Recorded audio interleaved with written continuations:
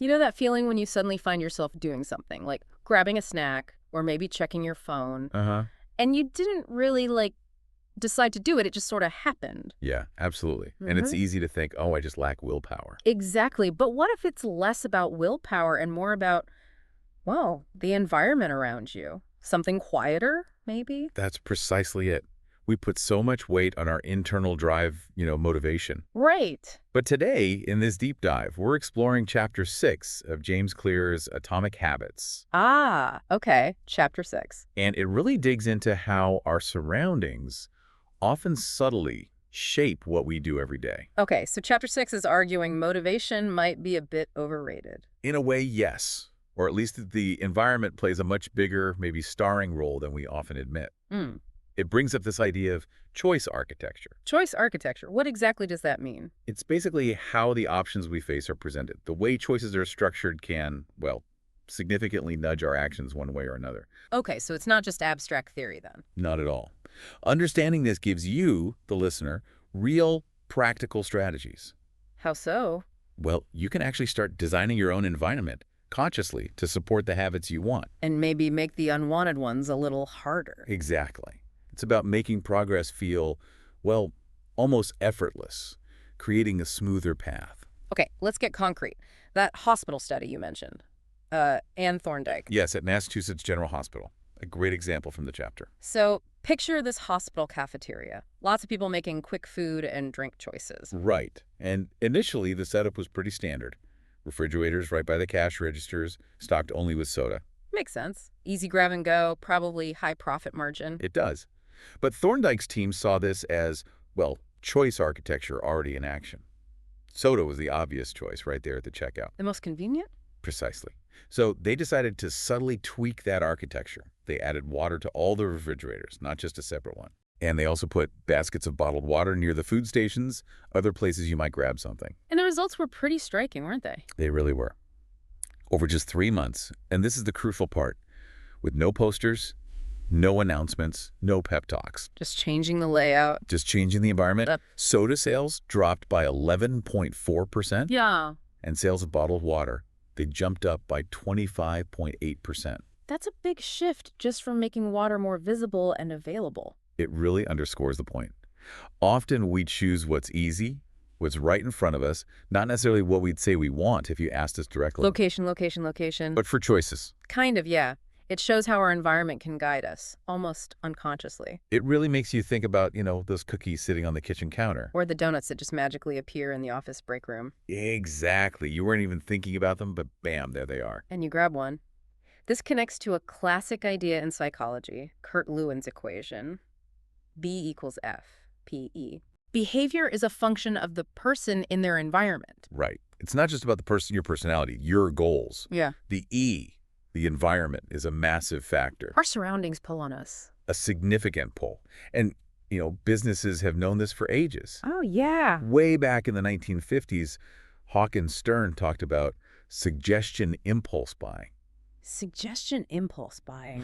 Sounds about right. His point was that just seeing a product can basically create a need you didn't know you had. Like in supermarkets. Yeah, absolutely. Think Yeah. about it. Where are the expensive big-name brands usually placed? Right, at eye level. Always. Exactly. Because that's where you're most likely to see them. The cheaper stuff, often higher up or way down low. You have to look for it. And those displays at the end of the aisles. The end caps. Prime real estate. Totally. For a company like Coca-Cola, apparently a huge portion of their sales comes just from those end cap displays. High visibility. So the more visible something is. The more likely we are to consume it or buy it. Think Bud Light in bars or Starbucks seemingly on every corner. It feels like a conscious choice, but maybe it's just there, obvious. Often, yeah, we're drawn to what's prominent. It's not always about some deep, pre-existing desire we're fulfilling. And our eyes play a huge role in this, right? The chapter mentions something about sensory receptors. It does. It's staggering, really. We have something like 11 million sensory receptors in our bodies. 11 million. And guess how many are dedicated to vision? Most of them. 10 million. Wow. Yeah. And a huge chunk of our brain power is apparently used just for processing what we see. So it's really no surprise that visual cues are such powerful drivers of our behavior. What we see massively impacts what we do. Which brings us back to the empowering part. Chapter 6 really emphasizes this. You have agency. You're not just passive. We can design our environment. You can be the architect of your surroundings, shaping them to support your goals, not sabotage them. I like that, being the architect. The chapter had another good example about energy use in the Netherlands. Oh, right. The Dutch study during the oil crisis. That was fascinating. They found some homes used way less energy than others, even though the houses were identical. Exactly. Identical houses, similar families probably. The key difference turned out to be the location of the electricity meter. The meter? How? Well, in the homes that used less energy, the meter was in a really visible spot, like the main hallway. So they saw it all the time. Right. Their energy consumption was obvious, constantly in their line of sight. In the other homes, it was hidden away in the basement. Out of sight, out of mind. Precisely. Making the feedback on their energy use obvious led to a real change in behavior. Which makes sense when you think about the opposite. Hidden cues are so easy to ignore. Totally. That guitar you want to play more, if it's in the closet. You forget about it. Or those books you mean to read in the guest room. Or the vitamins shoved at the back of the pantry. Hidden cues just don't trigger action. It reminds me of that airport example, too. Schiphol. With the flies. Huh. Yes, the urinal stickers. It sounds funny, but it's brilliant. What did they do again? They just etched a tiny image of a fly near the drain in the men's room urinals. Okay, why? Apparently, it gives men something to aim for, instinctively. Seriously? Apparently so. And the result was reportedly an 8% reduction in bathroom cleaning costs because there was less spillage. Wow. A tiny visual cue changes behavior and saves money. It's a perfect illustration. A tiny environmental tweak, a significant behavioral shift, and we can apply this ourselves. Yeah, I actually tried something like this after reading about it. Apples. Oh, yeah. I used to buy apples, stick them in the crisper drawer in the fridge. And then find them weeks later looking a bit sad. Exactly. Out of sight, out of mind. So I just got a nice bowl, put it right on the kitchen counter, and filled it with apples. Made them obvious. Totally obvious. And guess what? I started eating them almost automatically, just because they were there. That's it. That's making the cue obvious. Chapter 6 gives loads of practical tips like that. Like putting your medication right by the bathroom sink. Yep. Or leaving the guitar you want to play on a stand in the living room, not hidden away. Make it easy to see, easy to grab. Want to write more thank you notes?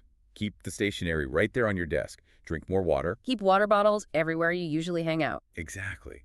Fill them up and leave them in plain sight. Sprinkle triggers for good habits throughout your environment. It reminds me of the flip side, like how smokers often have triggers everywhere, the coffee break. Right. Certain context becomes strongly associated with the habit. You can consciously build those associations for good habits, too. So it's not just one trigger, but the whole context. That's another key idea from the chapter. The context becomes the cue. Habits get tied to the entire environment where they usually happen. Like social drinking, it's not just one thing, right? It's the friends, the music, the setting. The whole atmosphere signals drink. We build these mental links between habits and locations, home, office, gym, that coffee shop. And even our relationship with things in those places, like my couch could be for reading. While for someone else, the exact same couch is purely for watching TV and snacking. Same object, different cues based on past associations. But the good news is we can change those associations or build new ones. Definitely. The chapter mentions that study with insomniacs. Right, where they had to get out of bed if they weren't sleepy. Yeah. They were trained to associate the bed only with sleep. If they were awake, they had to leave the room. Over time, the bed itself became a powerful cue for sleep. So associating a specific context with a specific habit. Exactly. And this is why changing your environment can be such a powerful hack for changing habits. Going somewhere new. Yeah. A new environment doesn't have all those old, ingrained triggers whispering in your ear. Like trying to eat healthier by shopping at a completely different grocery store. Could work. You're not on autopilot down the usual aisles, or reading in a different park, or working from a library instead of home sometimes. It breaks the old patterns. Okay, but what if you can't just, move or go somewhere new all the time? Good point. You can redefine your existing environment. The chapter pushes this idea. One space, one use. Dedicate spaces for specific things. Try to, yeah. If your couch is for work and relaxing and eating, the cues get muddled. I definitely find it harder to focus working on the couch versus at a desk. Makes sense. Having a dedicated workspace, even if it's just a corner, Helps your brain switch into work mode when you're there. Ideally, each space has one primary job. It's tricky, though, especially with things like smartphones, right? We use them for everything. That's a perfect example of mixed contexts. You pick up your phone intending to do work email, And suddenly you're checking social media or playing a game. because the device itself is loaded with cues for all those different activities. And often the easier, more ingrained habit, the quick dopamine hit, wins out. So even if space is tight, You can still try to create mental zones, maybe use your laptop only for work and your tablet only for reading or entertainment. Use different apps on different devices if possible. create separation even within the digital space. Anything to make the environment more stable, where things have a clear place and purpose, that's where habits form most easily. Okay, so wrapping up this deep dive into Chapter 6, the big takeaway really seems to be that small environmental tweaks can have a surprisingly big impact on behavior. Absolutely. It's often less about mustering superhuman willpower and more about, well, smart environmental design. Make the good choice the easy, obvious choice. Make those cues for the habits you want super visible, super accessible. Exactly.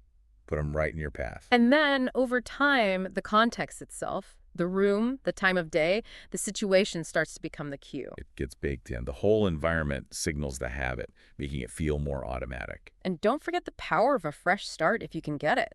New places lack old triggers. A clean slate can make building new habits feel much easier. Okay, so here's a final thought for you, the listener. Just take a second right now. Look around where you are. What cues are around you? What's easy to reach? What's visible? What might be subtly nudging you right now? And think.